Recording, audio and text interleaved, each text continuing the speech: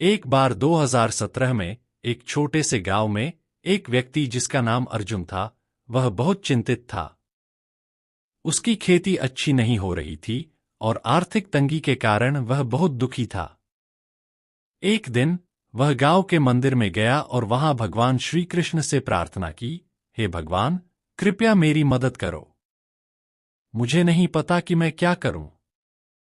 अर्जुन की प्रार्थना सुनकर भगवान श्री कृष्ण प्रकट हुए। उन्होंने अर्जुन से पूछा, तुम्हारी चिंता क्या है, अर्जुन? अर्जुन ने अपनी सारी परेशानियां भगवान को बताईं। श्री कृष्ण मुस्कुराए और बोले, अर्जुन, जीवन में कठिनाइयां आना स्वाभाविक है। लेकिन याद रखो, तुम जो कर्म करते हो वही तुम्हारे भविष्य को तय करता है। मेहनत और समर्पण से किया गया काम कभी व्यर्थ नहीं जाता। श्री कृष्ण ने अर्जुन को एक बीज दिया और कहा, इस बीज को अच्छे से देखभाल करके बो और उसे नियमित रूप से पानी देना। ध्यान रखना कि बीज को सही मात्रा में धूप और पानी मिले। अगर तुम ऐसा करोगे तो यह बीज एक सुंदर वृक्ष में बदल जाएगा, जो तुम्हें फल और छाया देगा। अर्जुन ने भगवान की बात मानी और बीज को बो दिया। उसने पूरी मेहनत और समर्पण के साथ उसकी देखभाल की। समय बीतने के साथ वह बीज एक सुंदर वृक्ष में बदल गया और उससे बहुत सारे फल मिले। अर्जुन ने उन फलों को बेचकर अपने आर्थिक हालात को सुधारा। इस घटना ने अर्जुन को सिखाया कि कड़ी मेहनत और धैर्य से ही सफलता प्राप्त की जा सकती है। भगवान श्री कृष्ण ने उसे यह भी सिखाया कि जब भी जीवन में कठिनाइयां आएं, हमें अपने कर्मों पर भरोसा रखना चाहिए और धैर्य से काम लेना चाहिए। यह कहानी हमें यह सिखाती है कि भगवान हमारी मदद तभी करते हैं जब हम स्वयं अपने कर्मों के प्रति समर्पित होते हैं। मुश्किलें आएंगी, लेकिन मेहनत और धैर्य से हम उन पर विजय प्राप्त कर सकते हैं। अर्जुन की मेहनत और भगवान श्री कृष्ण की सीख ने उसके जीवन में नए बदलाव लाए थे। धीरे धीरे उसकी खेती में सुधार होने लगा और वह अपने गांव के एक प्रमुख किसान बन गया। उसकी फसलें अब पहले से बेहतर हो रही थीं और उसकी आर्थिक स्थिति भी काफी मजबूत हो गई थी।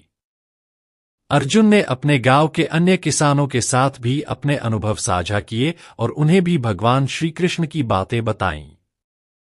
उसने उन्हें सिखाया कि अगर वे मेहनत, धैर्य और सही मार्गदर्शन से काम करेंगे तो वे भी अपनी मुश्किलों पर काबू पा सकते हैं।